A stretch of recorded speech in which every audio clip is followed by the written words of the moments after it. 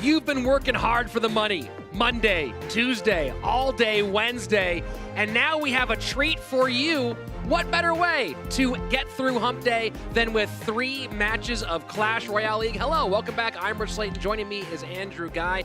This is the final Wednesday of the season, and we have a fun show for you. 3 teams looking to make the dream work, and 3 teams looking to be dream killers as we move closer and closer to our playoffs. Not much left to be played, and of course, one more time, let us remind you of how today's matches will go down. I know you guys are all waiting for it. Our match format. Set 1 is the 2v2, followed by set number 2, King of the Hill, a best of 5 set.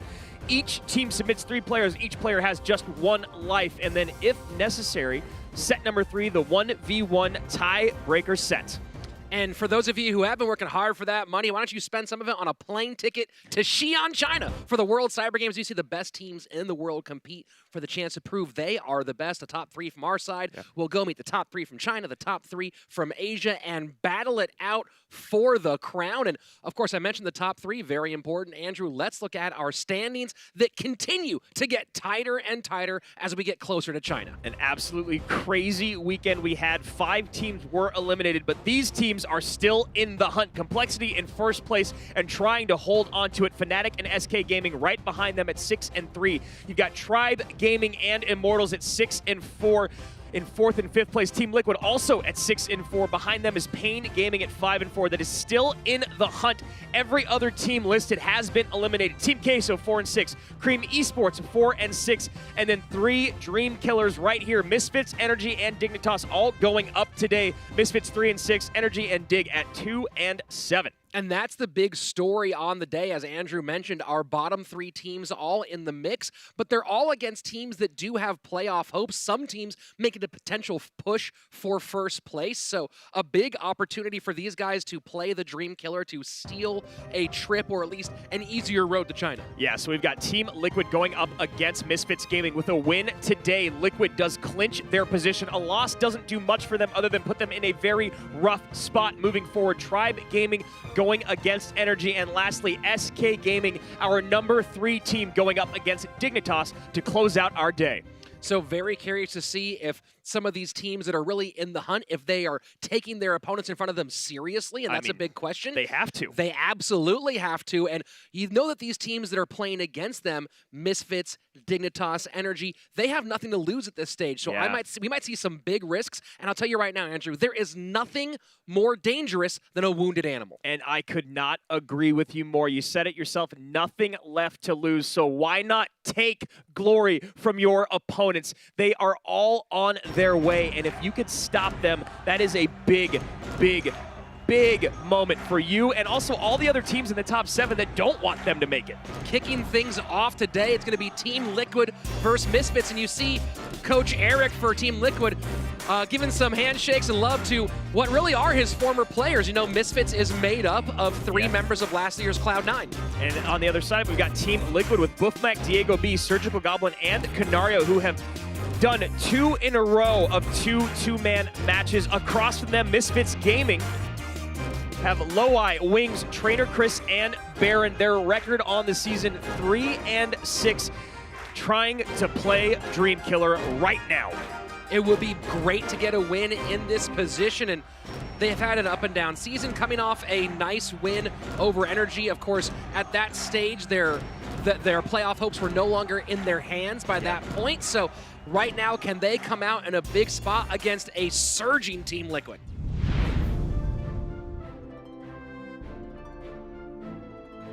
Heading into 2v2. And again, Surgical Goblin and Canario coming back out, and the way they've been playing together lately, why wouldn't you? And across from them on the red tower, Wings and Loweye, who've been taking the duo duty in the second half of the season. Yeah, that's it's very, very true. They're Surgical and Canario doing great work for their team. They're on a 4-match win streak, and the last 2, as I mentioned, were all on the shoulders of these 2 gentlemen, not even letting their teammates play in King of the Hill because they weren't needed. And nice lightning value to open things up. Yeah, nice early lightning, but the value behind it does not give an elixir advantage at all to their opponents.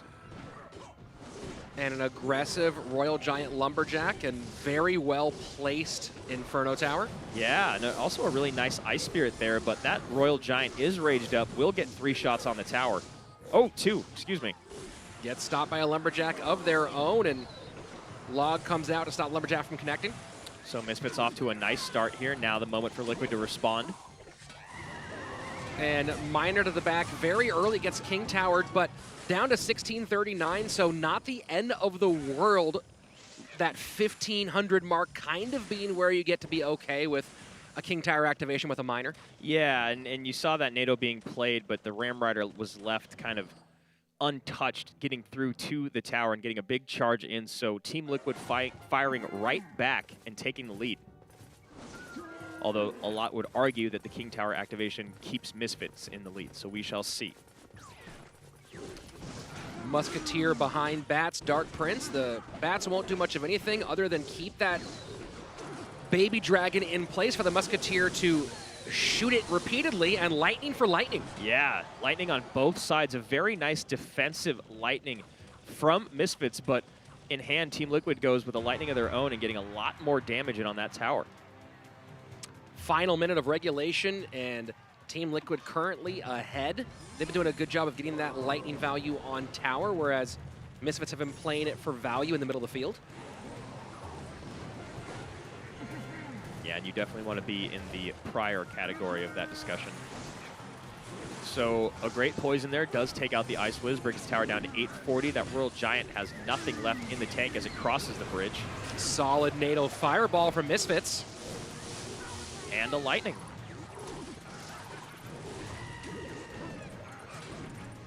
Miner gets picked up on the inside. Lumberjack, the first one does nothing. Second one will also not get the tower. Skeletons played to ensure that. Ice Spirit not quite keeping the Mega Minion alive, but still doing its job.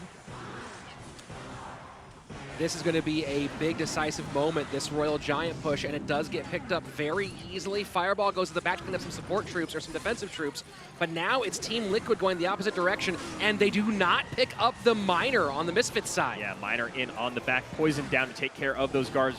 Ram Rider in, but does connect. Wow, I did not think that was coming. And there you go, Surgical Goblin and Canario on a 2-match win streak in the 2v2 set, and now adding one more game to their resume.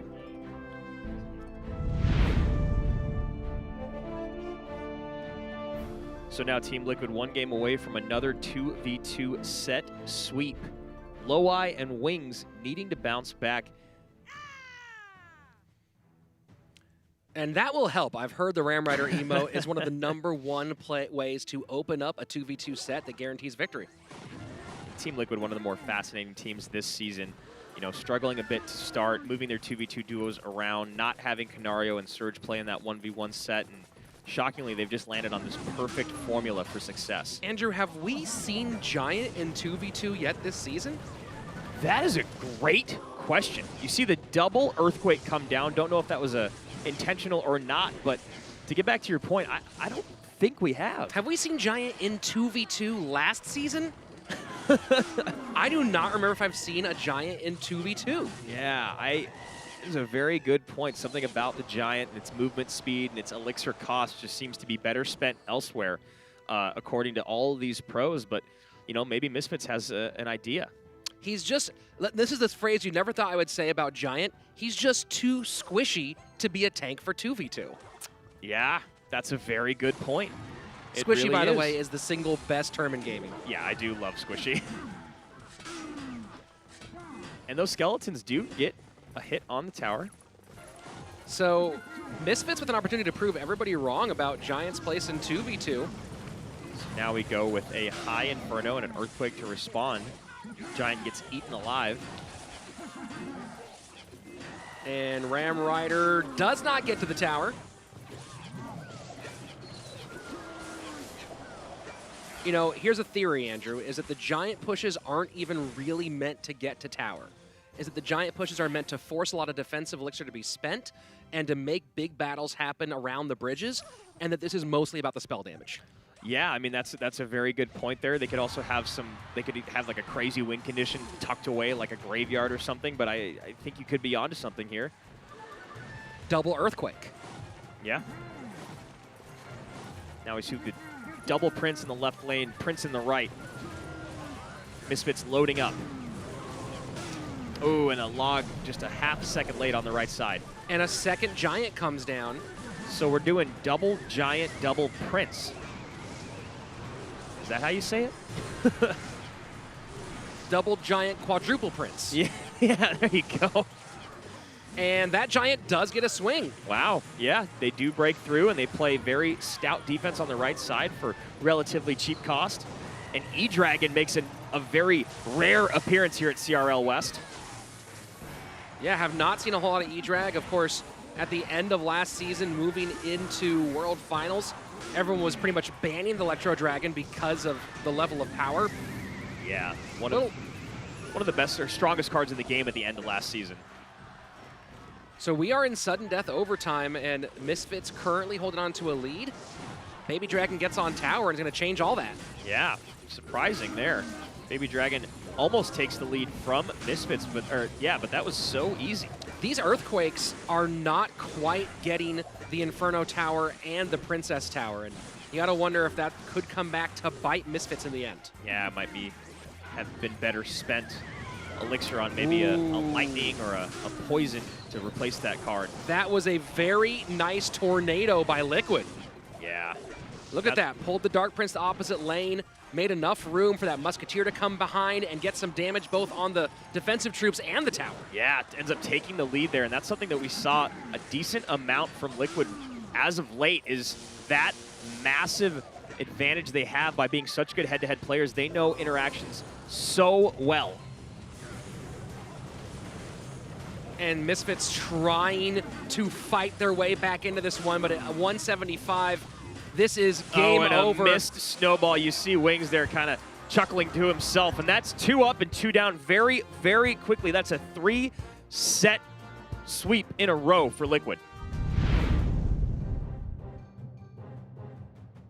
So if it ain't broke, don't fix it. Once again, Team Liquid opens up with Canario, followed by Surgical Goblin, and maybe Buffmac. It's a complete possibility, but who knows? And across from them, Low-Eye, followed by Wings and Baron in the caboose. Yeah, Surgical and Canario trying to make it 3 in a row, where just the 2 of them were needed from Team Liquid. Miner picked up by the Dark Prince. See Ice Golem coming out and Miner, usually both in a balloon deck. And opposite side, Miner pickup for Low-Eye.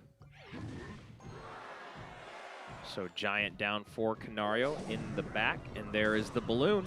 A very quick balloon push opposite lane. And so if there's any small spell here, Canario should be able to stop it, but he knows with that emote that a bomb would drop. I'm almost more impressed by his ability to find and play that emote so quickly than anything else. So Mega Minion in on that left-hand tower, gets 2 swipes in, a zap comes down for Canario, and now a moderately healthy Giant and Dark Prince coming towards the tower. Yeah, forces the Miner out on defense. And now Canario choosing to eat that balloon damage, but has a 2 elixir lead. Yeah, Low-Eye doing a good job there. See if Canario can turn this elixir lead into anything. 90 seconds down, Canario ahead, and now, Low-Eye ahead, and now Canario pushing into the same lane as the damage lead for Low-Eye. As we've seen many times before, this balloon Miner deck can definitely switch lanes at the drop of a dime. And take a look at that, Canario showing the zap, so he might have had the zap available in that balloon defense, chose rather to take the elixir advantage. Yeah, that's a good point you make there. Might have been a mistake, but the Prince gets a big charge with that Miner with a half an HP, a sliver of HP, and then a late defensive Miner comes out for Low-Eye, and how quickly the tables have turned. And you can see Low-Eye shaking his head. Knows he got caught on that one. Yeah, and Canario is the master of picking apart cycles, picking apart elixir deficits, and right there you saw it in action.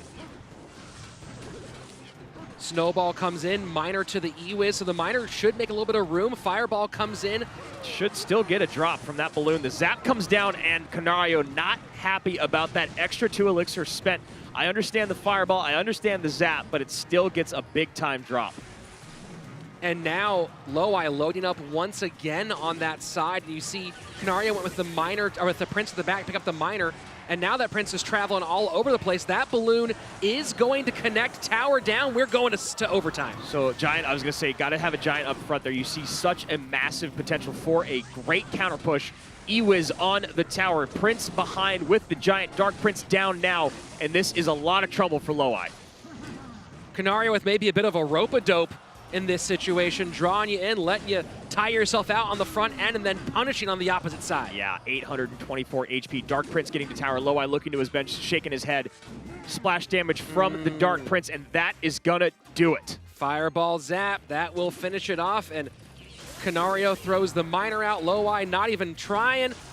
Headphones down. Canario does it once more. Yeah, a very, very frustrating season for the Bad Bunnies. They started off with 3 losses in a row. They found their victory, their first one over Cream, but right now you can see the season is wearing on them, as is their bad luck. So Wings still having an outstanding King of the Hill record at 10-4, coming up against the force that is Canario, who is just on a run right now.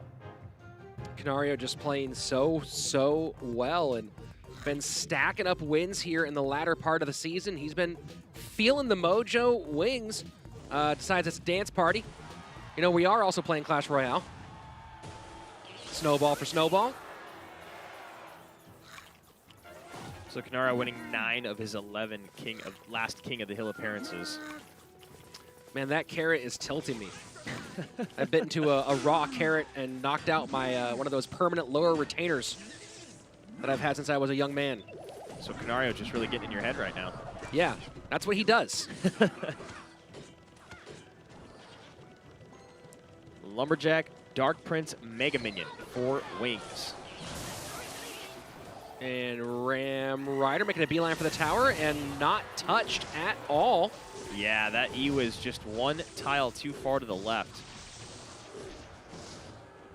And Wings a little annoyed with that entire sequence, understandably so. Yep, Canario now at a 700 damage lead, although the Baby Dragon does narrow that just a bit. Look at Canario. He just put his hand on his hand over on his fist, kind of watching like, okay, I'm just going to watch that happen. Yeah, I mean, he is, when you're feeling yourself, you're feeling yourself, and Canario has every right to in this moment. I have expected him to cast his final game-winning spell with 1 hand over his eyes. Don't give him any ideas now. This is Clash Royale, not and 1. Is that reference way outdated? I mean, I got it, but, you know, got a few years under my belt. So E-Wiz this time does stop the Ram Rider. Dark Prince coming down. E-Wiz up front, not where you want it. Bandit Charge stops the Dark Prince from hitting E-Wiz. Nice sequence there for Canario. Final minute of regulation, entering double elixir time. Canario slightly ahead. And that Snowball actually gives a nice little boost to the Barbarian and gives it 1 swing on the tower. That's a couple late snowballs for Wings so far in this game. Ram Rider opposite. And she does connect. And does quite a bit of damage, yeah.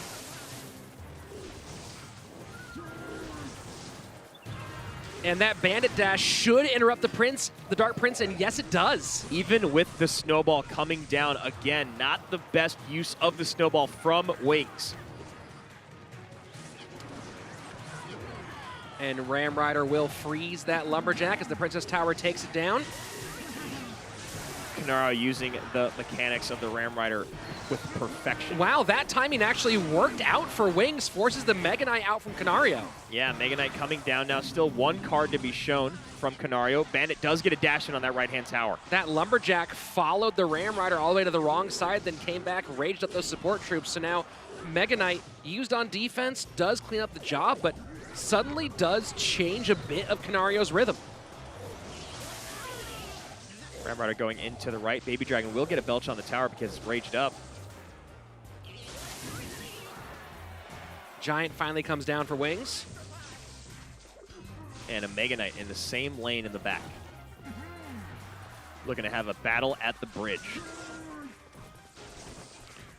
Ram Rider started off the season as one of the most popular archetypes overall in Clash Royale West, Clash Royale League West, and since has fallen from about a 12% use rate to 7.25%. Yeah, it stayed much more popular / viable in that 2v2 set. Now Canario, you see him even dropping the fist on the tower as the Mega Knight comes down. I don't know if he's not happy about what that Giant is doing, because that Giant is wreaking havoc on his tower. So maybe a bit frustrated with how that interaction went, and now with only 400 HP left, Canario's got to turn up the heat. Yeah, he got that Bandit dash off on the top right, and then just a little bit out of sequence on the bottom left. So what looked like maybe it was I'm giving some emphasis to my Mega Knight physically, really turns out to be he was just out of timing. Yeah, and you see that Earthquake finally coming down Canario's last card, so he goes aggressive at the river with the Mega Knight. However, the Giant should be in play. There it is, and it's going to kite it towards the lane that Wings wants. A very nice play by him. Yeah, a rare bit of trouble for Canario, and that's going to be it. This Giant's going to get the tower, and Wings just takes one off of Canario and King of the Hill. Very, very well played by Wings, and that's what he's been doing all season long. He has a lot of the top-tier players hanging on his wall, and now adding Canario to the list.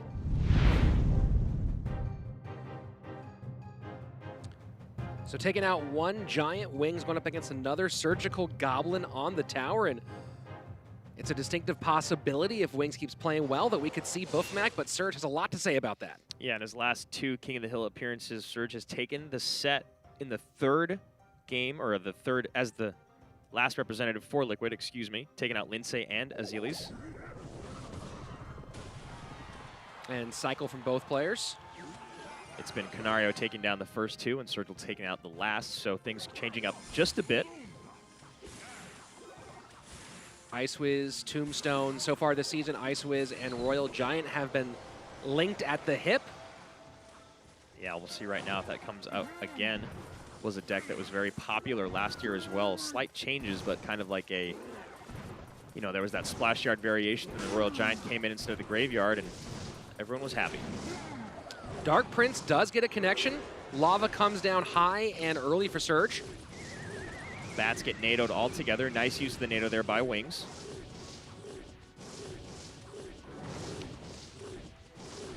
And Lava Hound does escape. Lumberjack coming in. This could be a big moment. Poison comes down, very well timed from Wings. And the Dark Prince is there to catch the Lumberjack. However, the splash damage from the Baby Dragon got, I believe, a hit or 2 in. That could have been a lot worse, but Wings saw it coming, got the poison down at the exact right time. So Surge now assessing how that attack just went, what he can do differently. The MVP kind of in that exchange was the Tombstone, staying alive for such a long time and distracting that Lava Hound. Poison making this feel a lot more like Splash Yard than it does like Royal Giant. Yep.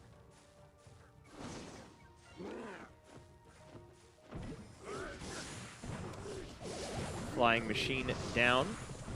Take out that Baby Dragon. Ice Wizard takes out the Flying Machine, though. That is a very important thing to happen for Wings. And now 2 Ice Wizards down, so Baby Dragon will take out one of them. The second one will do its job as well. Expect Wings to maybe protect that Ice Wiz. No, decides to go Baby Dragon down low by his King Tower rather than up high. Dark Prince dropped down to focus all the Lava Pup fire. And that's a very good defensive sequence for Wings. Has a lot of elixir to deal with this next push. Yeah, a huge value on that first Baby Dragon. We see finally getting taken out now, but still distracting the Flying Machine while in the poison. And there's no poison right now. Clone, which we would expect, does not come out in that moment. Too much splash damage available for Wings. Yeah, and a really nice NATO there. Wings holding that NATO, knowing that if Surge were to be playing Clone, that NATO would have just destroyed his hopes and dreams.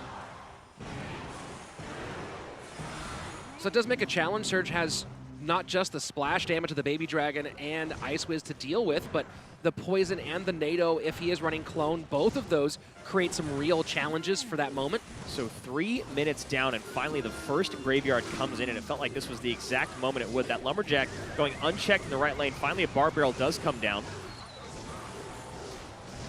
And look at all that damage done on the right-hand side by the Lumberjack. A big chunk of damage from just a one card, one Lumberjack, 4 Elixir, taking that down below 1,300 HP. And now a big pop on the left-hand side. Yeah, Surge kind of painting wings into a corner.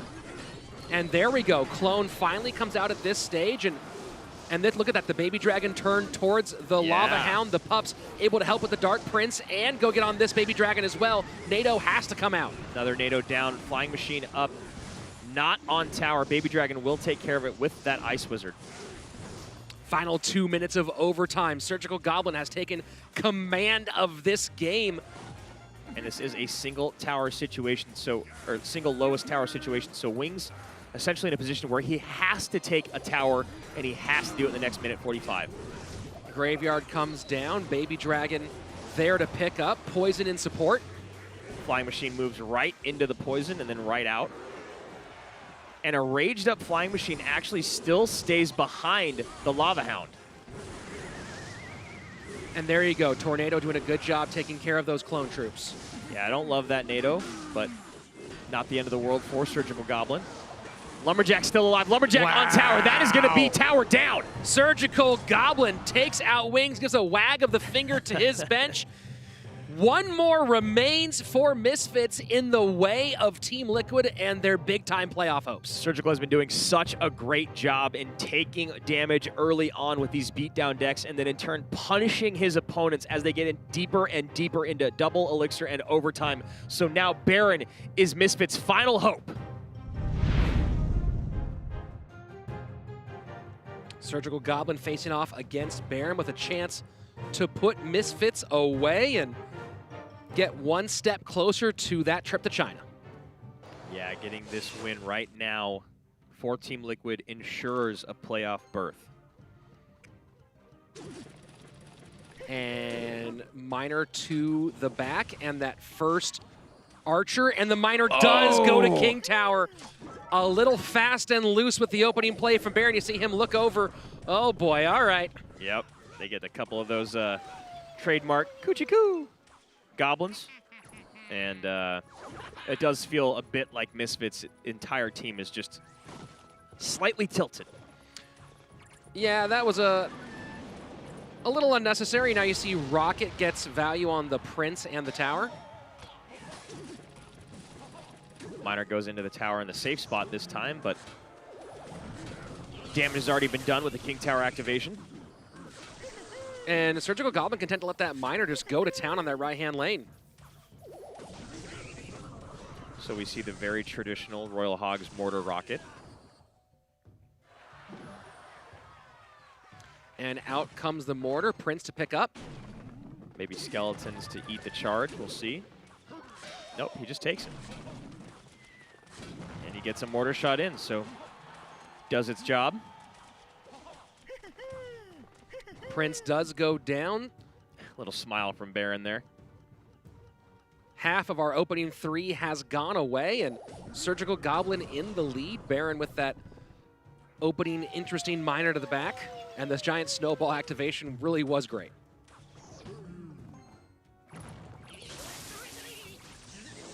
Snowball comes down and clean out the bats. Ooh, and Skeletons have to come out in support. And both these guys just a bit relentless with one another today. Yeah, you see Baron Grimace there again. And Miner goes to the Mortar. Prince goes opposite lane, and Skeletons come to the top to preserve the Rascal Girl. Yeah, you see that Rascal Boy actually going in the opposite lane because it was aggroed by the Miner. Skeletons played as a safe guard to make sure that Prince did not connect on the right. And Mortar down, this time a little bit in front of it, so we'll see if he can protect that Mortar a little bit longer. And now Prince does go to the Archers. No, Skeletons pick him up. Yeah, Surgical has been doing a great job at using his Skeletons to their highest ability. And that mortar nearly got a shot on tower. Bar Barrel stopped it with just enough time, but those piggies do get on tower as well. So as we go here into overtime, Surgical Goblin in a commanding lead.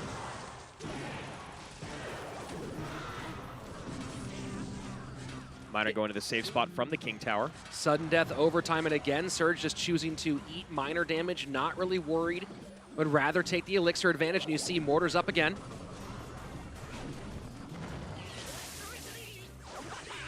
Rascals come down just in time. Oh, actually a half second late, so the E-Wiz is on the mortar. Poison down, mortar does not get a shot. But 3 elixir lead is Surgical Goblin for Liquid, trying to close the door on Misfits.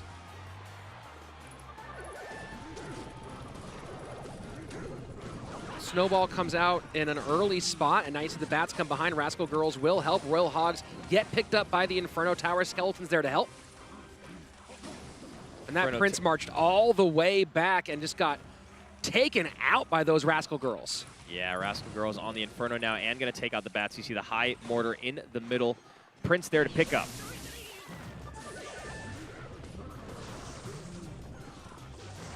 And there you go, E-Wiz taken down by the Bar Barrel mortar combination. Yeah, Surgical probably getting tired of the dual lane pressure that was coming, so playing that mortar up high and in the center brings all the units the way he wants. And a big mortar shot in, 664 remaining. Remember, Rocket does 432. That with the snowball, Surgical is very close. E-Wiz comes down, and there you go. See the first rocket down to 222, and he does have plenty of elixir to deal with this next Prince. Rascal's down, Miner just a second late, not able to pull the Rascal Boy behind. Easily defended, even with that poison coming down. And now Surgical is just seconds away from clinching playoffs for Team Liquid. He does the BM King Tower activation. Headphones off. Team Liquid is going to the playoffs. That's a walk-off if you ever see one. Snowball to the tower, rocket in the air, headphones off, I'm done. We just took one big step towards Xi'an. Yeah, Team Liquid started with the win, loss, win, and then 3 losses in a row, followed by 5 wins to clinch playoffs, and that's 3 matches in a row where Canario and Surgical Goblin do it all. Buffmac just waiting in that closer spot over and over and over. Yeah, you saw Buffmac kind of shrug there, like, what can I even do? I wonder if you guys remember how to play Clash Royale at this point. I mean, honestly, if I'm Diego B and I'm Buffmac, I'm very, very happy letting Canario and Surgical do the work right now. You see right there the smiles and a little bit of love going back and forth between Baron and Surgical. These guys have known each other for a very long time, and you know, there were a lot of BMs, a lot of emojis coming out, but at the end of the day, these guys both respect each other, and one story ends for Misfits, and now Liquid going to playoffs. And this is a totally different Liquid squad. I mean, they did switch out one player for another, and so you think like, hey, it's the same guys, but a little bit of guidance from Eric helping sort of shape them in the right direction, and then some work in 2v2 from Canario and Surge. But more importantly, they look like they're having fun, and we didn't see that last season. That is such a great point you make. That chemistry between teammates is something that Team Liquid really lacked last year, and you got to credit Eric Benemu, their coach, for taking care of them, wrangling in those personalities, and now producing a playoff team. So we're going to hop down to the floor with Seltzer and Liquid. Thank you, guys. After 5 Liquid wins in a row, I figured we'd do something a little different here. Canario, Surgical Goblin doing a lot of work on the front end for your team, but Diego B, Buffmac, I know you guys are in the back, putting in just as much effort, just as much love, so I want to get some insight into that. And as I understand it, you're MVP of that last match. Yeah, I'm MVP of all the work from the last 3 games was all me. Yeah, I see you behind the scenes kind of pulling the strings on the puppets that are your players, but it's a little deeper than that. It's all week long that you're practicing these strategies. You're going over the different interactions possible in the game. So I want some insight into how Liquid prepares and what your lead up to each match is like. Yeah, so for like 2v2 practice, it's we do like in-house, meaning like in Charlie practice versus Canario and Surge. We practice specific deck matchups and just keep playing over and over till they feel comfortable for the game. All right, and real talk, how is your win-loss record against them in-house? Win-loss record is pretty even. Like in-house, we always, some days they beat us hard, some days we beat them hard, but most of the time it's pretty even. And Beef, what's your favorite part about practicing with this team here, working with them and interacting with the new player you got this year? I mean, everyone's such a high level on the team that we can practice with anyone, and it's always a good training session for everyone involved. So yeah, it's always good fun. And then when you get here to the studio, you got players up in the tower, but during the match, after the match, before the match, you're sharing information, you're making observations. So what's it like? What are you talking about in the timeouts and when you get a chance between matches? During the timeouts, we talk about the specific decks that we want to use, or we're trying to think what they're gonna play. We're gonna try to counter them, try to predict what they play, and yeah, and we just support them. Both, have there been any moments where you've made an observation that you felt really helped the team, or Diego? Yeah, I think with deck choice and everything, we will go through it as a team. So the deck choice, we will help each other, and some matchups, we've been quite lucky last few games. We were unlucky at the start of the season, but now it's kind of reversing, you know. Well, and how have you been spending the rest of your time that you've had here in LA? Pretty good. You know, we always go out as a team, and we always do team stuff. We always go to the beach and walk and just have a good time together. Long walks on the beach, candlelit dinners, I assume, as well? Yes, all together as a happy team. Team building, that's fantastic. Well, Bo, anyone you want to shout out there, any fans that you've had that haven't had a chance to see you in the tower too recently? I just want to say thank you to everyone for supporting us. We had a rough one week, but the last 2 weeks we've been really good and a team, and I think we're the best we've ever been going to playoffs. Anything to follow up? No, I agree. We feel the last we had a rough patch in the middle of the season, but last couple of games we've come back and we feel really good for playoffs. Well, congratulations on that. You're all putting the work in, and it is paying off. Now let's send it back up to the casters and take a look at the matches. Thanks a lot, Rachel. And the most important thing is that this is a team event. So whether everyone's getting on stage or not getting on stage in different moments, everyone plays a role. We saw that last year with OP Sam supporting TSM and Vulcan with deck building. You see here with the way that Diego B and Buffmac, who arguably are more experienced in 2v2, helping Surge and Canario get to the level they're at right now. I mean, you got to credit a lot of that success to Diego and Buffmac. We've been told many times by Surgical Goblin and Canario and their coach that they're arguably the second best 2v2 duo out there behind Canario and Surge. And team chemistry, you talked about it before the interview. They mentioned it during, and it means everything. Let's head to our second match today. Tribe Gaming facing off against Energy.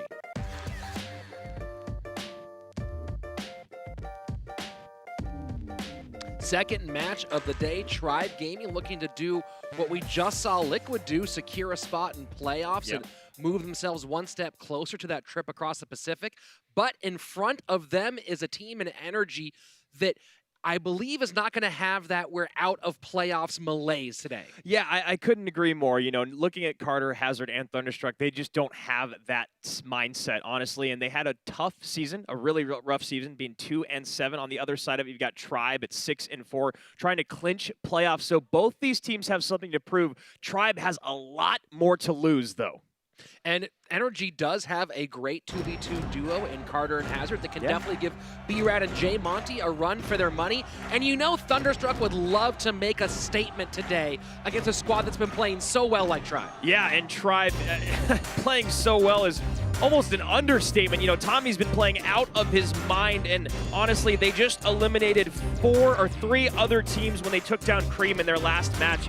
They are on a 3-match win streak, taking down Misfits, Team Queso, and Cream. So for Tribe, we have Tommy, J Monty, Spades, Nitram, and B-Rad. Across from them, as we just mentioned, Energy, the 2v2 duo of Hazard and Carter.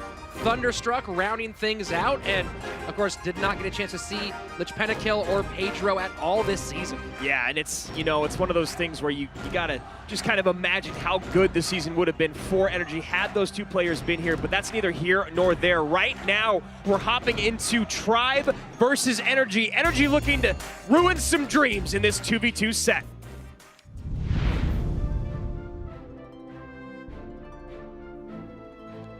And no big shockers. Tribe's bringing out B-Rad and J Monty. Energy bringing out Hazard and Carter. Hazard and Carter have won the last 3 2v2 sets that they've played in, despite losing 2 of those matches. And on the other side of it, you've got J Monty and B-Rad. It's on a 2-set win streak in the 2v2. And Tribe on a 3-match win streak over Misfits, Queso, and Cream.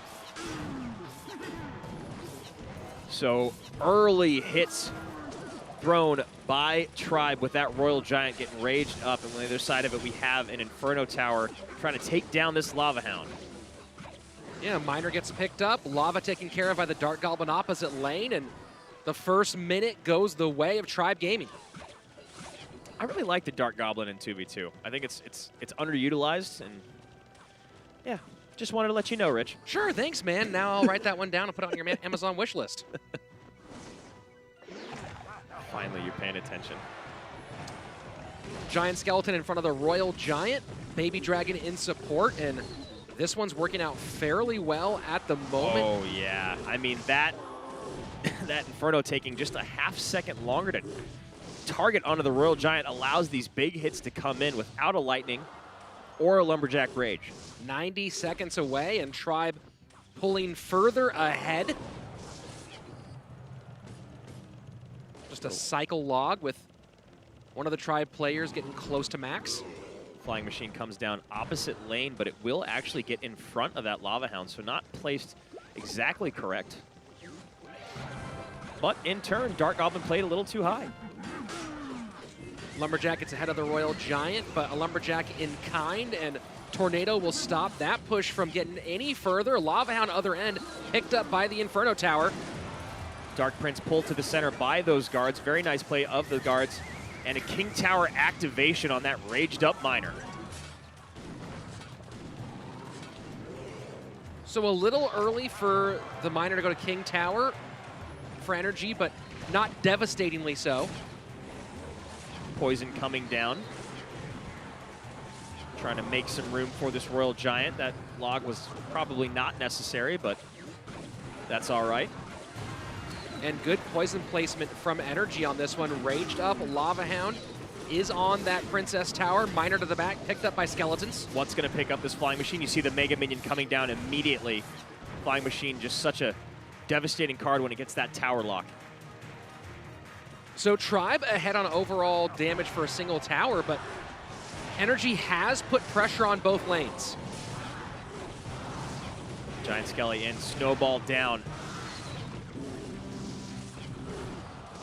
Royal Giant not able to break through, but with that poison and one last card that is hidden, I assumed it was going to be a Lightning. That is going to do it. Yeah, Tribe just spell cycling out to finish things off, and that's another game win for B-Rad and J Monty. Yeah, B-Rad and J Monty just so cool, calm, collected, just getting to the finish line. They do not want to stumble right before they get to playoffs. Hazard and Carter just not looking like they did at the beginning of the season. Game 2 coming your way.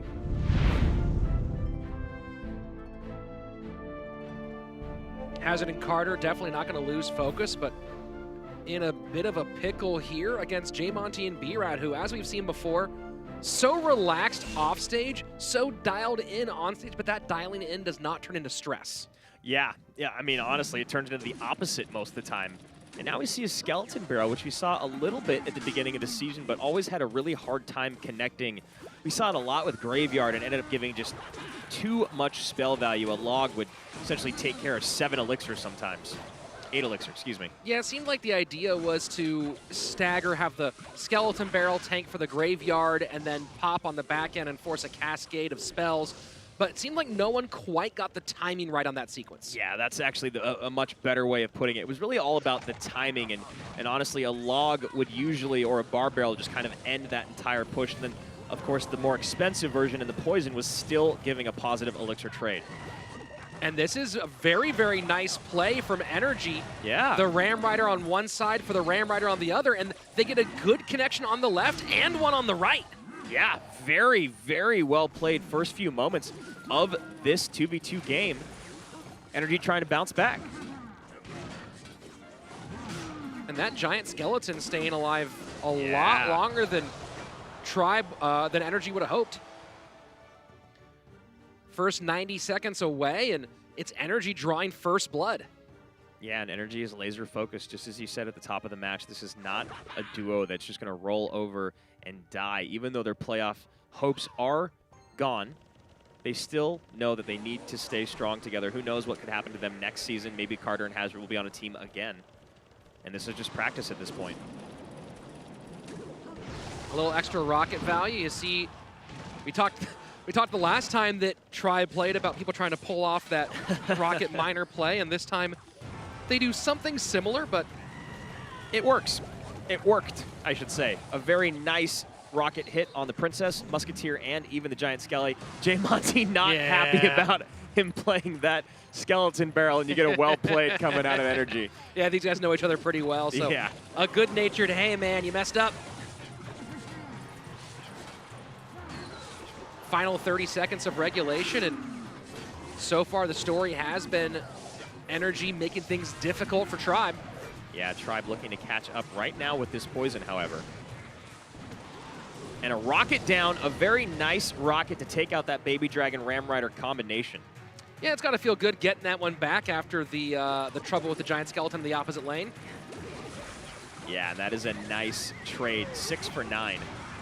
And you see here, I mean, it's almost like clockwork. Tribe gets that tower under 15K and starts varying miner position. Now we go another push to the left lane, Lumberjack and Ram Rider. 1,500. All the towers under 15K, Andrew.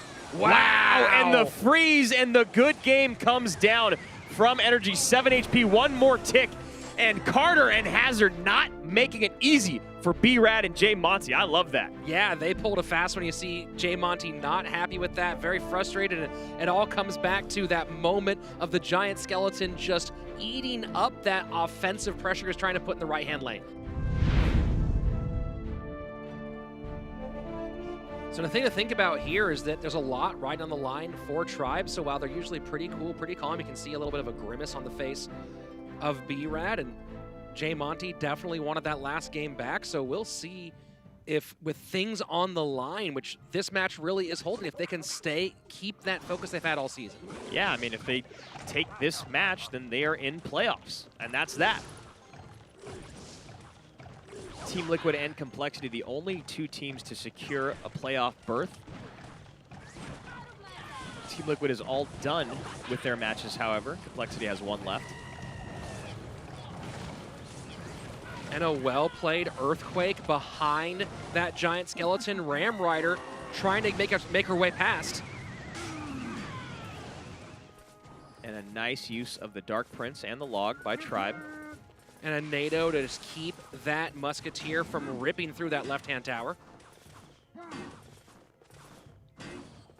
Kite there gives Energy the Elixir lead, but not a well-played Dark Goblin right there. Yeah, that first dart, I mean, even with like the 1 HP Dark Goblin, still fast enough to get that shot off. Yeah.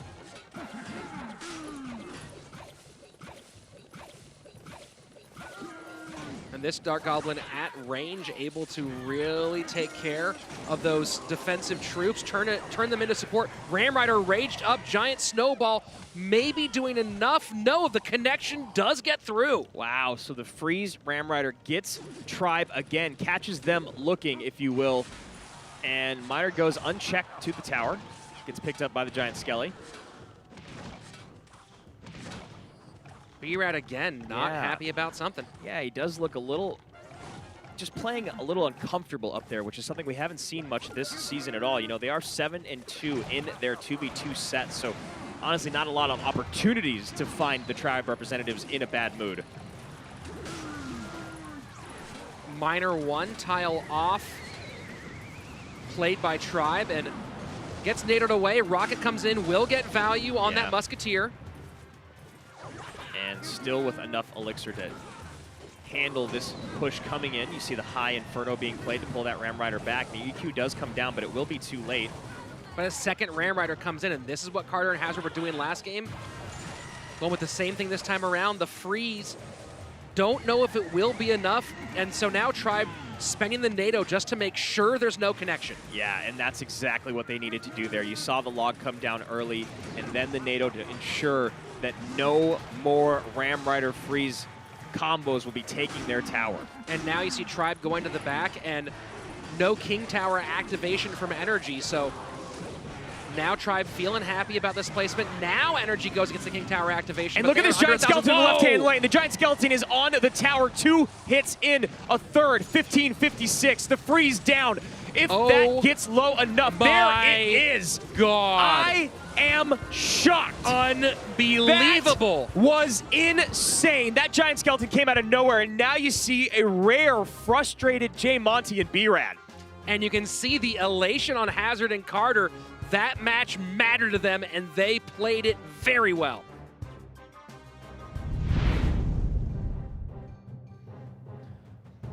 Heading into King of the Hill, we know what 3 are coming out for energy. The order is going to be Thunder, Hazard, and then Carter. J Monty leading off for Tribe, followed by Spades, who had that great King of the Hill sweep. And if necessary, the last man for Tribe, Tommy. Yeah, that sweep over Team Queso by Spades was just stellar. And right now, J Monty, I'm assuming he went down there and was like, put me in, coach. That 2v2 set was not what I wanted. Need some revenge.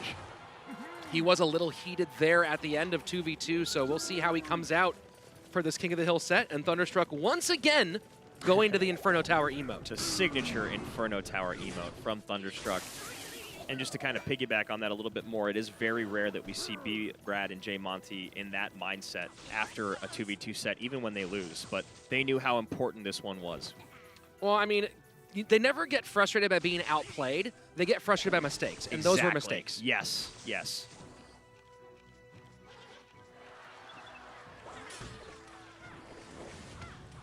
Yeah, I mean, anytime you let a giant skeleton get to your tower, there's just been mistakes along the way that allow that much of an elixir deficit or that bad of a cycle. And a very nice zap comes down by Thunderstruck to allow that battle ram to connect. You see him very happy with himself on the right tower. Very well timed by the Scotsman. And J Monty playing very defensive to open up. So J Monty now 7-3 in 2v2 sets, but he's also 6-3 in King of the Hill. And he misses the bandit pull Yeah. with the Goblin Giant, so that's kind of a big swing as well. Yeah, now these small swarm troops should make quick work of that P.E.K.K.A, but that bandit connection was enough. That bandit connection was huge, but now J Monty does have an elixir lead and should be able to take care of the E-Wiz without giving it up. Yeah. Yeah, exactly. He does a +1 trade there again, and now Sparky's up in the back trying to punish Thunder for spending so much elixir early on. Battle Ram dropped a half second early. And does not quite connect, but the Barbarian gets on tower. Yeah. That's a lot of damage. Oh my gosh, 3 or 4 swings in, 778 remaining. A nice hunter pull to the center. Got it this time, not gonna miss again. Poison trying to get those troops out of the way so that Sparky does not get the tower. And there's a perfectly timed bandit. Sparky gets taken out. Thunder throwing out an oops. The zap comes down. What's going to stop the battle ram? Wow. Wow, and it still connects. So the fireball does take out the barbarians, but damage already dealt by the battle ram itself. J Monty in a tough spot. Of course, this is the comeback deck. Yes, it is. We've seen it many, many times. Dark Prince absorbs the first shot on the shield. Nothing there to tank for the Sparky. Sparky goes down. You see, there you go. J Monty feeling like it's all over at that point. 226 remaining. Poison Zap, all that's needed for Thunderstruck to finish off J Monty and open this King of the Hill with a bang. Thunderstruck plays a high P.E.K.K.A. He is not willing to get risky in this moment. He's learned his lesson from going a little bit too aggressive in the past. Now he knows he's played defense, can finish off with a spell cycle. Thunderstruck opens up, taking out J Monty, and he feels great in this moment. Yeah, the two rookie Spades and Thunderstruck here doing, I mean, maybe two of the most enjoyable personalities on the towers themselves, whether you're dancing or laughing or, you know, Thunder likes to look up at the camera quite a bit. I really enjoy watching these guys play. Yeah, this is going to be a fun head-to-head play, and you see Spades already excited to be up here, and no one knows what song's playing in his head, not even him. Yeah. It's a little insider information in his last interview, and another thing about Spades is he is one of the most respected Grand Challenge players out there. Someone that has some of the most wins of anyone playing the game. Thunderstruck looks like he's going back to maybe the same bridge spam deck from last game. Very nice bar barrel there. And Spades with double Prince. The Goblin Giant version has been much more popular as of late. Yeah. So Mega Minion there doing a little bit of work. And big hand raise for Thunderstruck. He's going to keep on playing, but really making sure that hand is way up there. Yes, we did see it. Yeah. And still gets a Battle Ram connection despite whatever issues he may have had there. Maybe he was just trying to distract the Prince so that that Battle Ram could sneak on by. Snowball comes down for Spades. Does not help his case.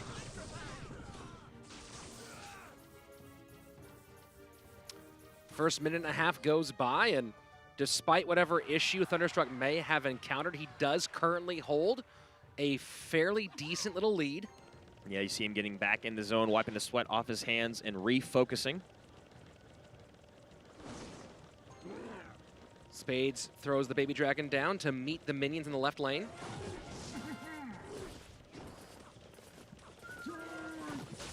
Spades loading up with the Prince in the back left to meet this Dark Prince. Shield gonna go down because of the Baby Dragon. And 3 belches in by that. Nope, 2 belches by the Baby Dragon. And there goes Goblin Giant right lane directly into a P.E.K.K.A. Barb Barrel does not get in front of the Prince to soak up that bandit charge. Final 40 seconds of regulation. Thunderstruck currently in control with a very healthy P.E.K.K.A. going down the right-hand lane, followed by a bandit. And the Barb Barrel does not pick up the P.E.K.K.A. Dash gets on the tower. That is massive. Yeah, that was it was coming. You could see it slowly forming, and Spades did not seem like he had all the answers in his hand or the elixir to follow, and you saw right there a big punishment by Thunderstruck. And Baby Dragon not on those minions, so Snowball comes in, not going to clean it up, gets a connection with the Dark Prince on the left-hand side. Thunderstruck playing very well in this spot. And overloading on the right. Poison comes down offensively. Not going to get a connection, but at this point, Thunder getting very close to just keeping light pressure on. Yeah. Getting some spells down. Not making any big mistakes. Yep, just play efficient defense. Don't go too hard anywhere and just get those spells down. Minions down, gonna get back around to another poison very soon. There it is. There it is, and that's going to get both of those troops, the Baby Dragon and the Prince, going through it. Ewa stops the Prince from a Goblin Giant left-hand lane, immediately meets a P.E.K.K.A. Prince in, meeting the Dark Prince. Dark Prince behind as well. Gonna get cleaned up still by Thunderstruck. Now just a poison away from taking down 2 in a row. Thunderstruck feeling it. Spades gives the good game. Well played. A challenging matchup for Spades. Thunderstruck played very well. 2 down, and Thunder 1 game away from a King of the Hill sweep. And a 2v2 set win puts it at a 2-set sweep over Tribe. Now, Tommy is the last man in the way that holds Tribe Gaming's fate, because if they lose, they're not eliminated, but they're going to rely on other teams to lose, and you never want to be in that position. If there's ever a time when Tribe needs Tommy to be Tommy, this is the moment. Yeah, and you know Tommy's feeling all the confidence in the world, taking down Cream in a King of the Hill sweep on Sunday. He's 14-6 in King of the Hill, so he's been playing fantastic, but needs to take out Thunderstruck, Hazard, and Carter back to back to back. Just to get to the 1v1 set. And then we might see him there again. So a lot riding on Tommy right now. Tommy does have an almost seemingly endless deck pool, so that isn't a huge concern for him here. And now Royal Hogs, big push for Tommy in the right lane. Bats there to take care of that Dark Prince coupled with the Musketeer. Musketeer going to focus on the Barbarian now. Thunderstruck happy with the defense he just played. Yeah, that worked out fairly well for him, and Mega Minion will require a response. Snowball comes out, first minute away. And a Snowball in turn. Just a bit of a cycle, although maybe would have liked a half step later so he could get that Flying Machine as well. Flying Machine does not. Oh, it does get in Princess Tower range. So both guys playing very defensive. You know Thunderstruck really wants this sweep. And of course, Tommy needs to get 1, 2, 3 wins in a row. Yeah, and Energy does still have one match remaining, but what a way to close out your season for Thunder to get that sweep over this Tribe team. And the Sparky coming out for Thunderstruck, maybe a bit of a juke. The Baby Dragon not typically in the Goblin Giant Sparky deck. Yeah, I was not expecting that. So Tommy here going to drop the Barbarians on top of the Sparky. 3 go down, 2 remain, and 1 left to keep the Sparky distracted while the Lumberjack takes care of the Goblin Giant, but damage already done. Yeah, that was massive. And you got to think Tommy was not expecting that, getting this deep into the deck and seeing the support cards he'd already seen. Yeah, Thunderstruck just getting super aggressive. You get the raged up Hogs though from Tommy, going to do a decent amount of work, but if you look, bottom left, 8:39 remaining. That is huge, so this really changes how Tommy has to play. Yeah, and, you know, there might be a way for them to get to a 2-tower game, but as of right now, just 839 HP separate Tommy and Tribe from not being eliminated, but not being in control of their fate. And Raged Up Pigs get on that right-hand tower. Sparky does finish them off, but that's a big chunk of damage early. But now Goblin Giant, Baby Dragon, Sparky all coming down the right-hand side. Tommy only has 7 elixir in hand to deal with it. Barbarians come down. They will shield the tower for a moment. And Dark Prince does not get in front of the Sparky, but there is a Lightning available as well. Lightning in, bats down, Sparky out. Oh Here my gosh. we go. Oh, Barb Barrel just saves it. Tommy hanging on by a thread. Wow, and Tommy does not have anything at the moment or chooses not to deal with that Barbarian swing. Instead goes Royal Hogs left lane. 666 on the bottom right tower. Musketeer, left-hand lane, and there you go, Wow. a big lightning. Baby Dragon on the tower. Oh, And there you go, a 2-set sweep. wow. By Energy. Wow, this is, if you were a betting man, this is not where you would have laid your money coming into this game, but Carter and Hazard playing beautifully in 2v2. Thunderstruck with a fantastic 3-game set in King of the Hill. And you look at him nodding to himself, just holding onto that lightning. Now hitting 6 elixir, looking for the block. There it is. Tommy knows it's over. Energy takes down Tribe in one of the worst situations for Tribe to be in now. There is the lightning, and that is it. Wow. Thunderstruck ends that moment with the lightning. Thunder for Thunder. 3-game sweep. And that's the kind of statement that Energy wanted to make. I am shocked. So is Tribe. Tommy has been perfect in King of the Hill as of late, but Thunderstruck shows up today, gets a big-time sweep, moving his record to 7-8 in King of the Hill, and those 3 guys for Energy just showing up today. Yeah, I mean, they played with heart, they played with aggression, and remember, they lost the first game of 2v2, and they lost it pretty decisively. Yes. And then came back and put together 5 straight games as a squad to get this win. Only 3 of them on the team right now, and I just can't say enough. I cannot speak enough praise about Carter, Hazard, and Thunderstruck. You know your season is over. You know that you have no chance of going to Xi'an. You got no chances of going to playoffs, but they played their hearts out today, and they come out on top. And you know what? They deserved it. That was excellent. And that's the kind of play people wanted to see out of Thunderstruck, the Red Bull Yes. MEO champion, someone that fans were clamoring to see get into the league, the late edition, of course. And this is what people expected from him. Yeah. And he just took out 3 very talented players in head-to-head play. Yeah, I mean, you know, there's a lot of a difference between playing at home and on the big stage, and even at Red Bull MEO, which is a big stage, but this is the biggest when it comes to Clash Royale, and Thunder showed up today. He's hitting his stride, hitting his rhythm. Season 3 should be looking really good for him, or even the second split. We'll see how it goes, but first, let's head down to the floor where Seltzer is standing by with Energy. Thanks, guys. I'm down here with our victorious squad, Energy, and before we get too deep into it, Thunderstruck, I gotta ask you, in that last match against Tommy, we saw Baby Dragon in your Sparky deck. Tell me about it. Yeah, that was just an accident. I didn't mean to do that at all. It was meant to be Hunter, but I guess in that matchup it worked out and it could become a meta deck, who knows?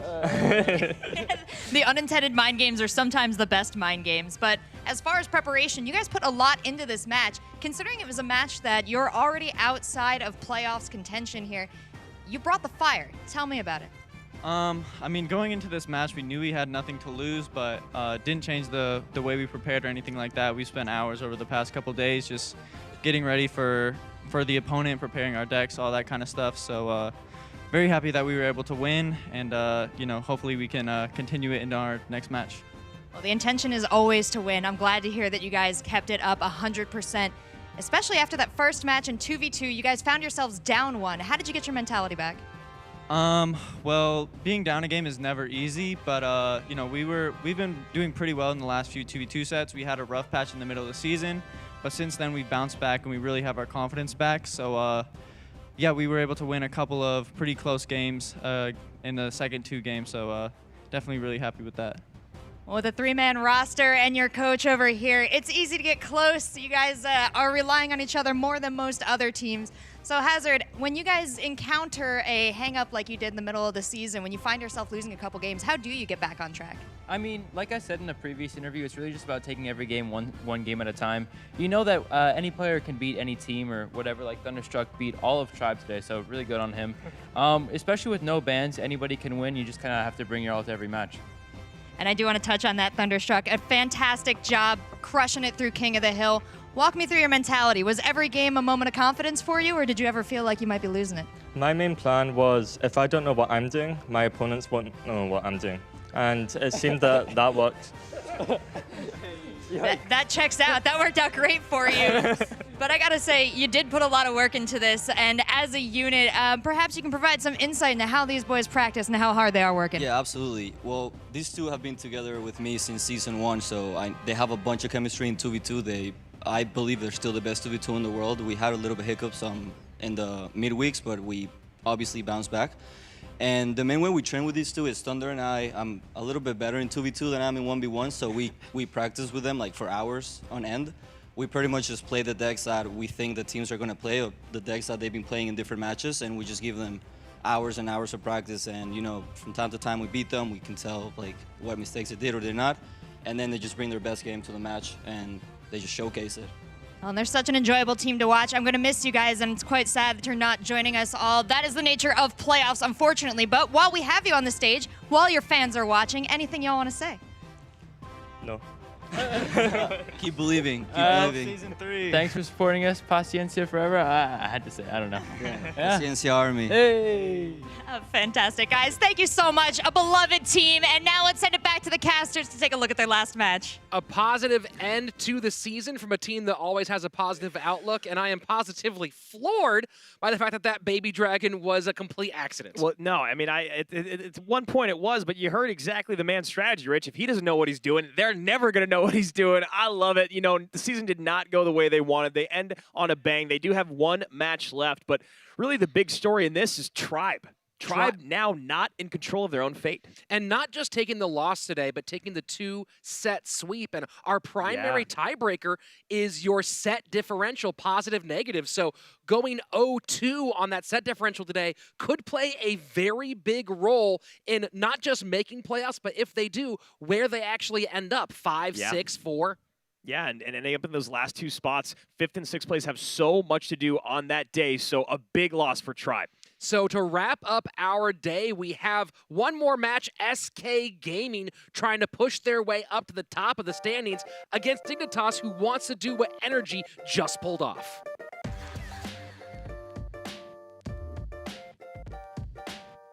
Everyone, we've done it. We've made it. This is the final match of our final Wednesday, and it's an exciting one because we have a squad trying to push for that first place opportunity up against a team that would love to derail that train. Yeah, you know, SK here on a 3-match win streak, and Dignitas across from them. Looking at what Energy just did to Tribe, I'm sure Dignitas wants to do the exact same thing to SK, because if SK wins today, they're going to playoffs, and they got a good chance of going to Xi'an. If they lose, they're in a lot of trouble. Yeah, I mean, everything is so crazy tight and seeing weird upsets, crazy moves back and forth. So SK cannot take this lightly. They need to come out firing and play the way they have been playing in this second half of the season. Yeah, you never want to underestimate your opponents, no matter who they are, no matter when it is in the season. No one is safe. The standings are so very close, and although Dig is on a 3-match losing streak, that doesn't mean that they can't come out today and ruin SK. And that's a great way to say it. No one is safe. And here we go. Dignitas, Frost, Blaze, Oxla, and Eddie. Frost and Ox came out for 2v2 last time. Blaze and Eddie did a lot of that together, and I feel like this is a squad that's going to take this opportunity very seriously. Yeah, I couldn't agree with you more. And on the other side of it, you've got SK, who is now in 4th place at 6-3 with Morton and OP Sam usually in the 2v2, and of course they have the superstars behind them, Sergio Ramos and Soking. So here we go. Can Dignitas spoil another dream? Will SK Gaming live up to the hype and take one step closer to Xi'an, China?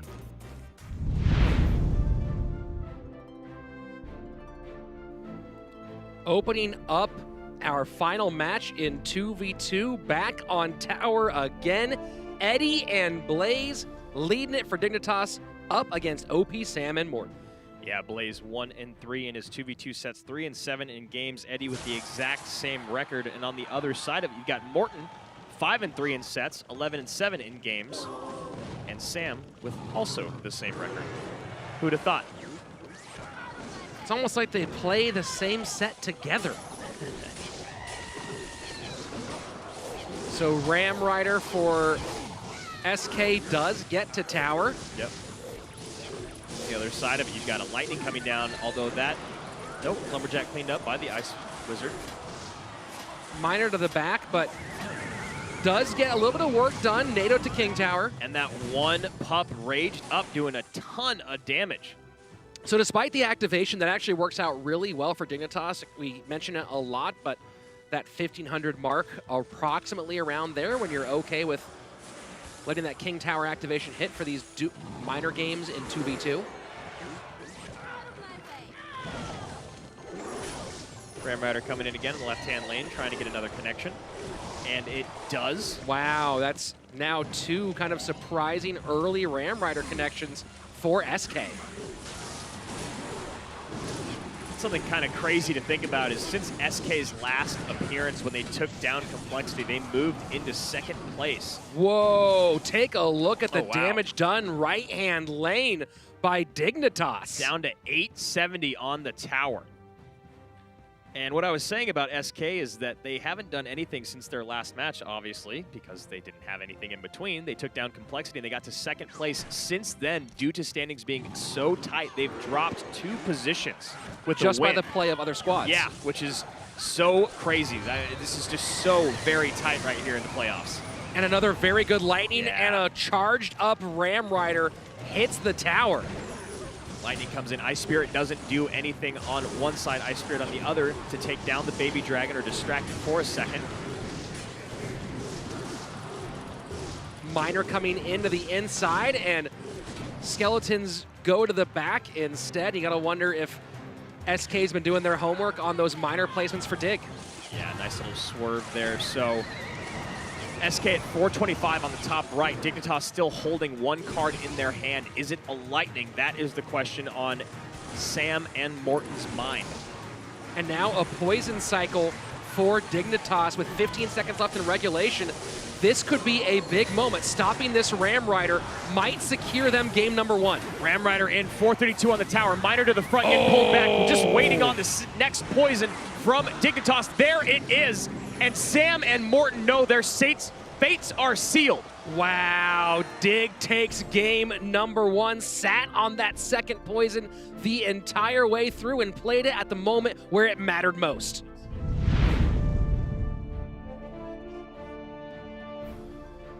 Blaze and Eddie in a good spot with a game to give.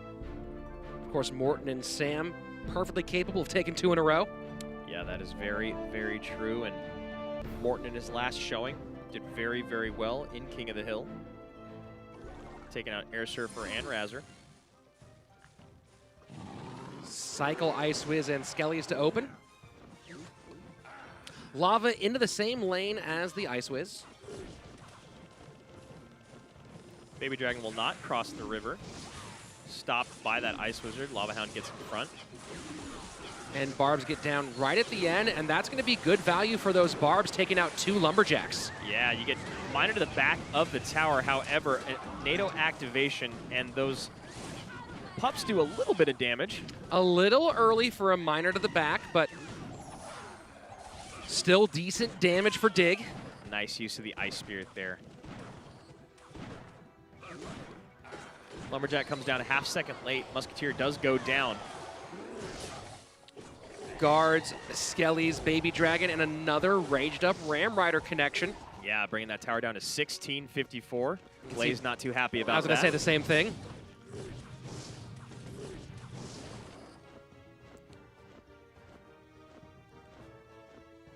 So after a bit of a hot start for Dignitas, things suddenly shifting a bit as we reach the midway point of Game 2. And an aggressive Lava Hound push. Baby Dragon actually pulls the aggro of the Inferno Tower. Not exactly what Dignitas wanted there. And Poison does pretty well, but now that Ram Rider all raged up does not get to tower courtesy of the... Oh my gosh, wow. It does! Snowball slowing everything Wow. down, creating just enough space for another Ram Rider connection. I thought the Ice Spirit was going to be enough to slow it down and stop that connection from happening, but powers all the way through. We are in double elixir time, and SK out to a slight lead. Yeah, I was in the same boat there, but that last second snowball created just enough space. Very nice use of their 2 elixir spell. Not this time. You got to wonder with the Barbarians in if maybe this time Dig holding on to a clone, which would be unique, to say the least, in a 2v2 set. Yeah. Poison in, takes out the pups. Miner into the side. And Dig going back to their favorite Miner placement on the inside. I mean, this is as close as it gets. They're just having a really hard time stopping that Ram Rider. And again, Ram Rider comes down, nothing really to deal with it. Barbarians poison. So now within spell range is the left-hand tower. SK should be able to finish things off here. Just waiting on that lightning. There it is. A well-timed good game, a well-timed lightning, and now we are going to game number 3 in this opening set. So you gotta expect from SK Gaming that they're gonna be facing Lava Hound. Eddie and Blaze together in, I believe now, 13 games, have run Lava Hound 11 of those times. Wow. And yeah, you have to be thinking they're gonna run it again. So hopefully, if you are a fan of SK, you will see a direct counter to the Lava win condition here in the 2v2. One of the strongest in the meta. It kind of is the 2v2 meta almost entirely now. You've seen some Graveyard, you see a lot of RG, but Lava Hound has just been so very popular as of late. Well, it's a major part of why it was banned so frequently last season in 2v2. That and Tornado, occasionally Poison. Yep, those were the... basically, we didn't even need bans from teams in 2v2. We could just submit those 3 cards. First big chunk for SK as our opening minute rolls to a close. And, you know, Andrew, I have to say I am absolutely shocked. Lava Hound. Well, you called it, Rich, and, you know, now it's time to see if SK's analyst did the same thing. Well, that's going to be a raged up Royal Giant and a Mega Minion after that Fireball play. That left-hand tower in a whole lot of trouble. Yeah, that is essentially... Oh, that is tower down. 130 HP remaining. That last Mega Minion swing was just a little bit more than Eddie and Blaze should have allowed. And, oh, look at that defense. I'm just a little surprised and honestly kind of almost disappointed to see Lava Hound one more time. I don't blame you. Honestly, it's you know, a match where you have a chance to take down someone that's really, really trying to get to those top 2 spots in SK. It's a moment to switch things up. You don't have anything to lose. But back to the well, back to comfort. And now you see punishment in the same lane.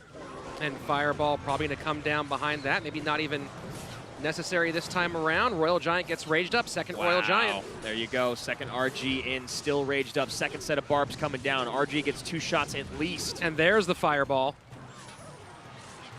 So 994 on the right, 130 on the left. Now Dignitas, take a look at this. SK is really, really low on Elixir. yeah, that second RG was a bit of an overspend or a little overly aggressive, but they're in a position where it doesn't really matter at this point.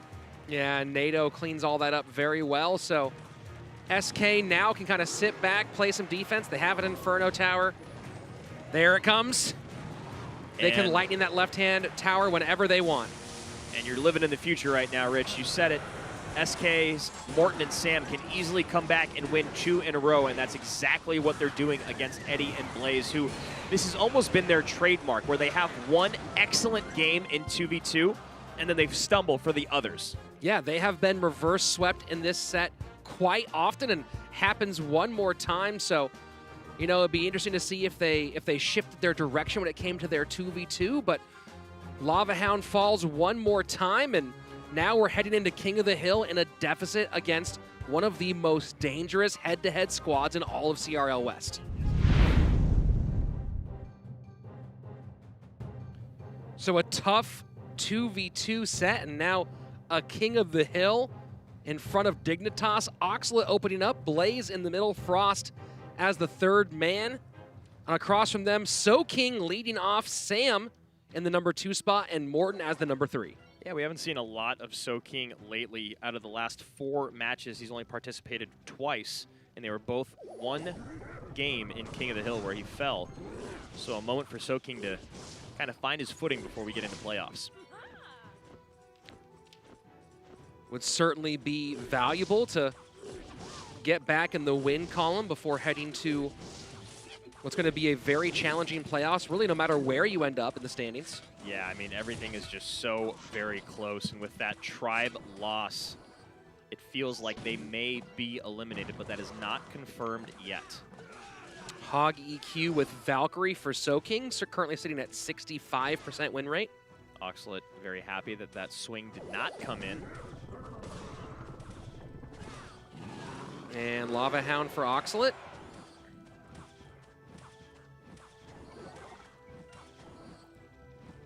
Soking has a lot of options in this matchup. Leaking a couple elixir right there, trying to figure out what the best move is.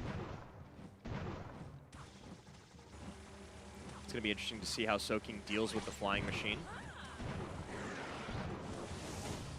And there you go, giant snowball on the back end. Archers come down. Yeah, Archer's up high to assist the Valkyrie, take out the flying machine, and in turn will actually deal with this Mega Minion very well. Miner does not get picked up, goes to the back. Skeletons come in a little bit late. First 2 minutes down, Soking really hasn't put the pressure on with this fast cycling Hog deck. Second Hog Rider coming in. Barbarian's down once again, and that does get a hit this time. Even with the Baby Dragon assist. That is the interesting wrinkle is against Lava Hound, this Hog EQ deck does have a lot of answers, but those Barbarians, as long as they're going to be available, a good response to that Hog Rider. So very high Inferno Tower. And Miner coming into the safe spot, and a nice juke for Oxalate. So flying machine there, not getting to the tower.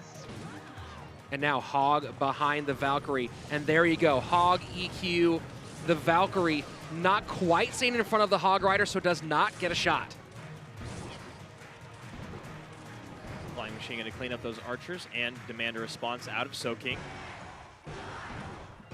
Skeletons just to slow it down. Archers behind. We're going into sudden death overtime, and things are very, very close. And another very high Inferno Tower here to help Soking with his hog pushes and keep anything from crossing the river. Here we go. Hog EQ in, and oh, the EQ with the snowball doing a decent amount against the barbs, but not taking them out. this is where Soking can really take advantage. Seems like he's always going to have those defensive responses available as long as he doesn't overcommit at any point. Yeah, I mean, it's just such a quick cycle deck. And again, even though the Flying Machine is kind of the annoying factor for Soaking to deal with, he's been doing an absolutely phenomenal job thus far. A little low on Elixir right now. Yeah. Should probably hold off on the next hog push. Oxlet taking the lead. And Soaking loads up same lane. Valkyrie again does not stay in front of the Hog Rider. Yeah, and you see the idea there behind Soaking's plan was to get the Valkyrie in front, meeting right in the middle of those barbs, and hopefully get a swing on all 5, but not the case.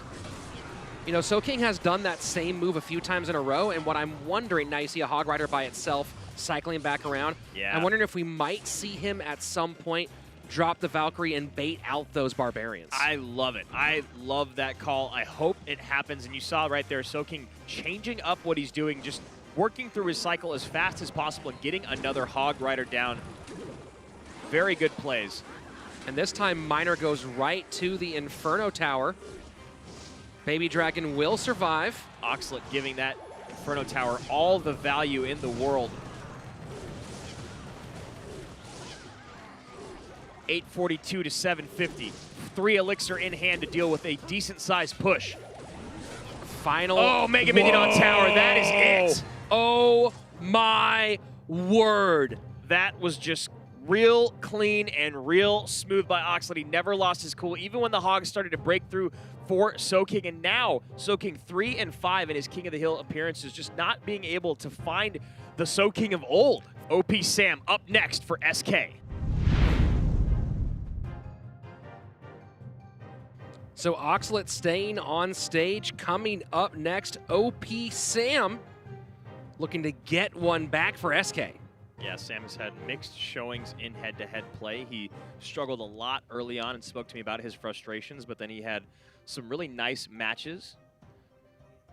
Of course, that King of the Hill sweep over Immortals, taking out, King of the Hill wins, taking out La Picati and the God RF.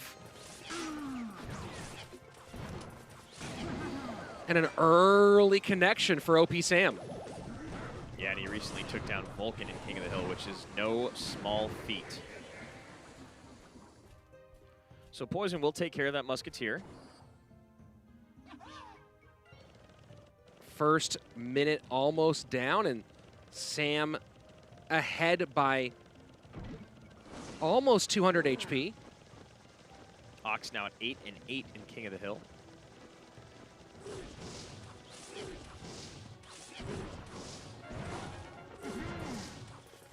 Baby Dragon doing double duty there. And Miner behind for Oxlet for defense.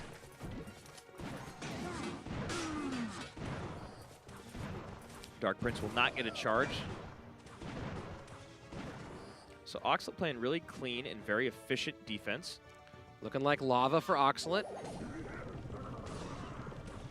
Man, Dignitas just loves Lava Hound. They really do. And Sam goes piggies to the right lane. Ox has barbs to match.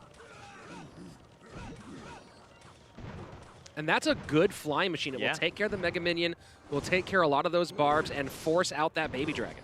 Yeah, you really need to get rid of that flying machine. Mega Minion pushed not into Princess Tower range. So heading into double Elixir time, and neither player has taken a big lead. We'll see if Oxlet picks up the pace with this beat-down deck in double Elixir. And now just 13 HP separate these two gentlemen. Hogs going in on the left-hand lane.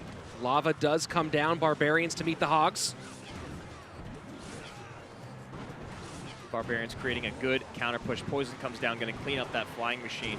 Sam getting spread a little bit thin. Miner comes in, tanking for a moment. Barbarians coming down for Sam. One Barbarian on the tower in the left-hand lane. 2 more to deal with.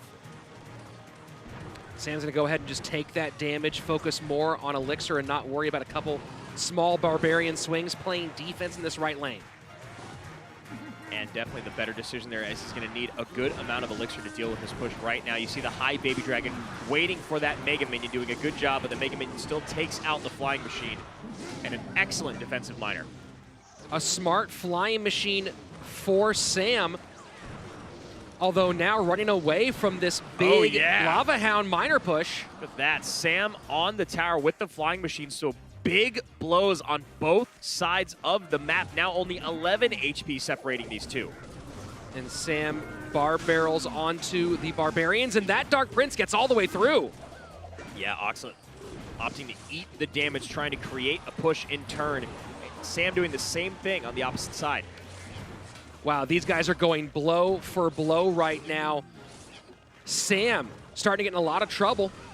Down to 373. Oxlade. One miner gets on tower. That could change everything. Yeah, that is a big, big hit. 373 in the top right. Very, very close to being able to spell cycle out. Miner into the back. Does Dark get Prince on tower. Doesn't get him. Oh, and look at that. Poison in. Wow. And now Oxlade has taken down 2 SK representatives. Wow, that was wild. The Dark Prince played one tile too far behind, gets to the miner, but the miner does not turn and aggro onto the Dark Prince. So now Morten is the last man standing for SK as we move into our maybe final game of King of the Hill.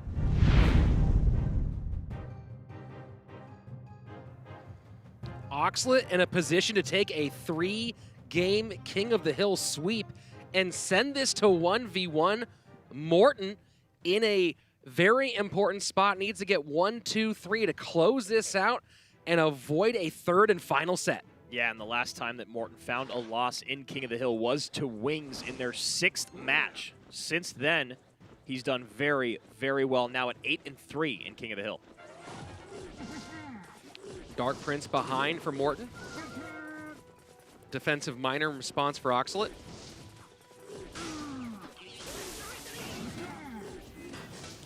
So Morten looking pretty spammy. Oxlade looking like he might be going to that lava miner again. Yep. Dignitas loves their Lava Hound. Yeah, I'm actually confused by their logos and owl. Battle Ram runs into a big pack of Barbarians, making very quick work, and in turn creating a nice counter push. Snowball will not stop that Bandit dash. So a nice connection for Morten, and cleans up the barbs with the Dark Prince. Defensive miner again to pick up. Oxlade trying to probably fix his cycle. I don't know about that zap, but does get a little chip damage in on the tower. So Mega Minion down. Oxlade, will he choose this moment to Lava Hound? Decides not to, playing defense against the bridge spam instead. Barbs once again, and now a flying machine behind. And this time the snowball will do the job. Much better sequence there for Oxlade.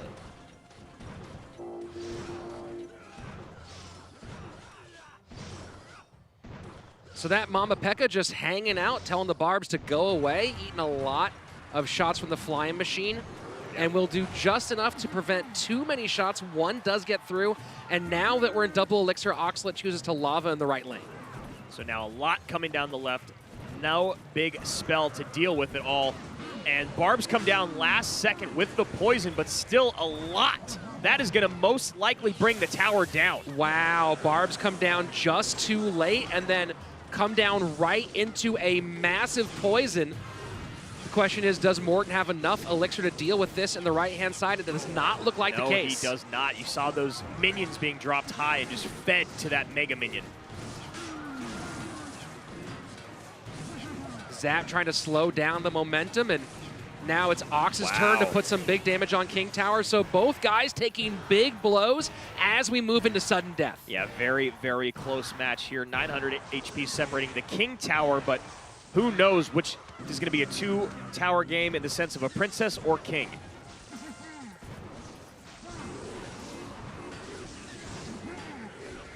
Flying Machine just doing all the work, placed in such a great spot, and still barely gets taken out by that poison.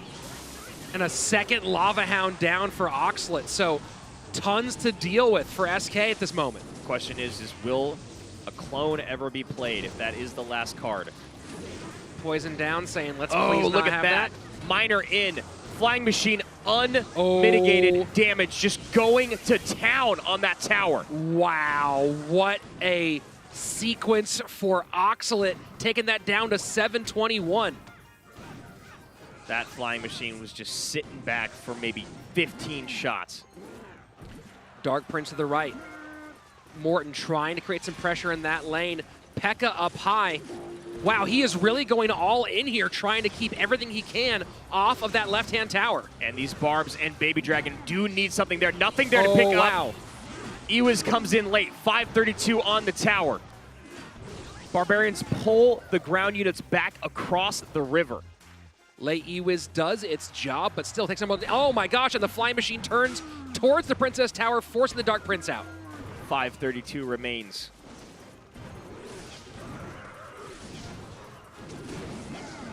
Defensive Miner once again. Not quite able to break through. There is Morton. Deep into sudden death overtime. Lava Hound in the pocket.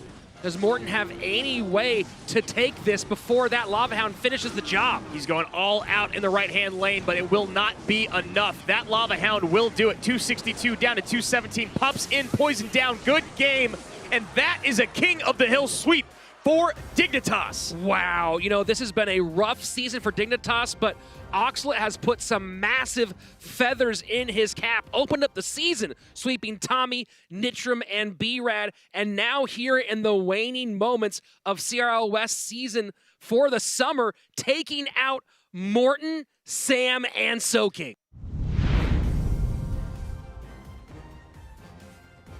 So ending our day, heading to the 1v1 set. The question, of course, being who should come out for both sides. Right, and I think you stick with Ox. He just did a great job in King of the Hill. He's available for 1v1. And then if you go to SK, I think you go with your bench. Sergio Ramos hasn't been out yet today. He's an astounding player. We've seen him come out late before. What are your thoughts? He's been playing very well lately. He's been feeling confident lately. And you just saw 3 frustrating losses for his teammates. Yeah. So let's go down to the stage and see who each squad is bringing out.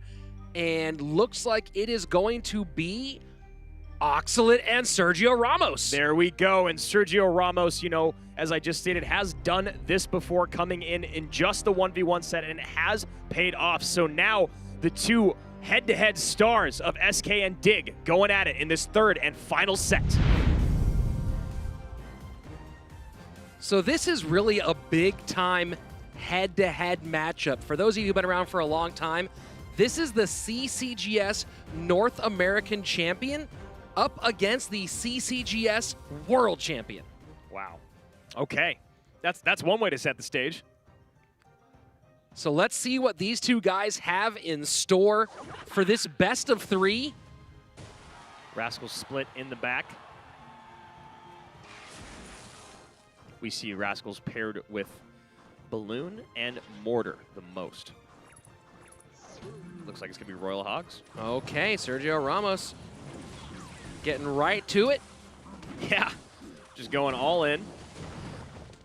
He has played this deck before or something similar. Ooh, that Rascal Girl is tanked for quite some time, and bringing that tower all the way down to 1,014 HP.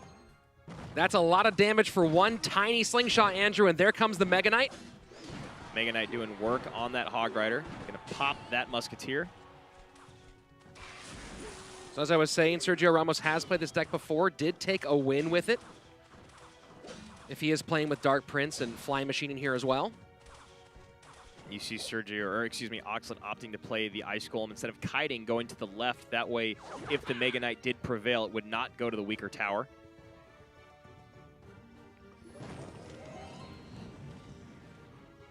So a very early Inferno Tower for Oxalate. Oh, and look at that. Sergio doubling down on taking out the Inferno Tower, not going to send in the Royal Hogs. Very interesting timing there for Oxalate. Flying Machine in one of the most frustrating places to be if you're its opponent. So another nice. Oh, I love it. I love the plays. And just a little bit off from getting the full prediction on all those bats.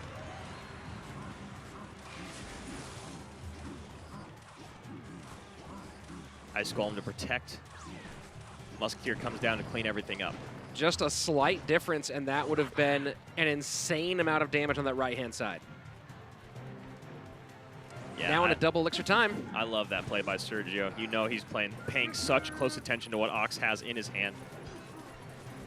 Mega Knight down, so maybe now we're getting close to expecting Royal Hogs after or close to when this Inferno Tower goes down. Yeah. And there we go. And that Inferno Tower is going to go down quickly. This is too much for Oxlet to deal with in the left and in the right. Wow, those Royal Hogs just eating dinner on the right-hand side. Double tower take in the same few seconds by Sergio Ramos, wanting to send this home, take SK to playoffs. World champion making a statement against the North American champion, Sergio Ramos, taking game number 1. With a huge level of dominance. I mean, Oxlet did not know what hit him there. The Inferno Tower came down many times, but it was just cannon fodder for Sergio. So Oxlet needing to change things up in game number 2 here, because that was just a dominant showing by Sergio Ramos. And I am always so impressed by him coming off of the bench and doing what he does, just sitting for those first 2 sets. Yeah, it's such a big, important spot, that 1v1 moment. He's done very well in it in his opening. His one shot coming in, taking the set victory. Yeah, he did it most recently against Vulcan. That was a big one. Yeah, that is not an easy take. And a lovely fireball to take the Hunter forward, get damage on the tower, and allow that Fire Spirit to connect. So looking like 3 Musketeers Royal Hog potentially for Sergio Ramos, going with the big fireball bait deck that was so dominant last season. You kind of saw that look by Oxlet, really wishing he probably had that fireball and or the Barbarian back in hand. Oh, wow. Those Musketeers. So Barbarrel does end up coming down a bit late. Bandit in the right-hand lane. No elixir to deal with it, and Oxlet right now is just getting outclassed. Wow, pops on the tower and then just goes to town, stealing that princess's money. 871 remaining on the bottom right tower. Oxlet. Furnace is up one more time.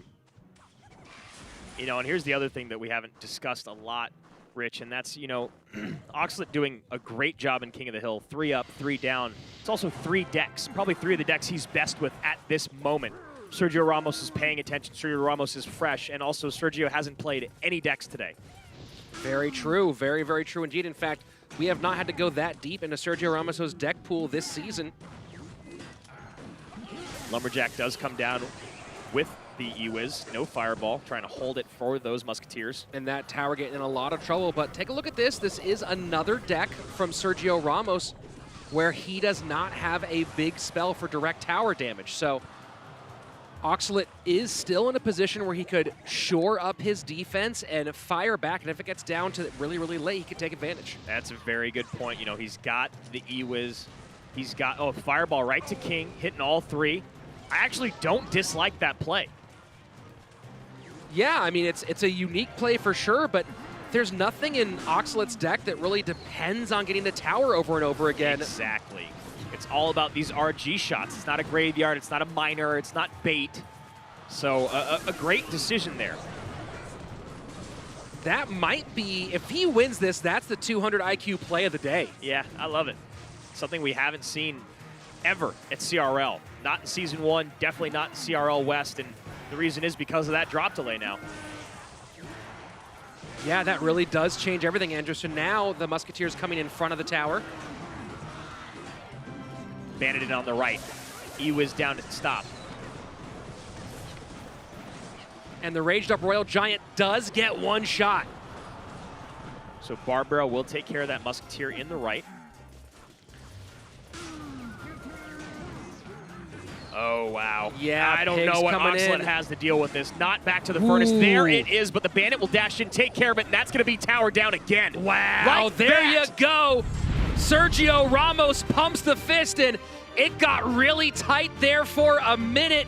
It seemed as though SK Gaming could be in trouble. Sergio Ramos comes out and closes the door. Sergio Ramos 4-1 in 1v1 games in 2-0 and 1v1 sets, and now SK is on their way to playoffs. That's a big moment to clinch, and not just an important game in terms of getting them into playoffs, but also in terms of the standings. This will keep them very near the top, and with that gauntlet style, so important. And you look at the teams that they've beaten as of late. You've got Complexity, Immortals, and Tribe, all teams in the playoff running, and that is going to matter a lot when we get to figuring out if teams are tied at the end. Those matches matter.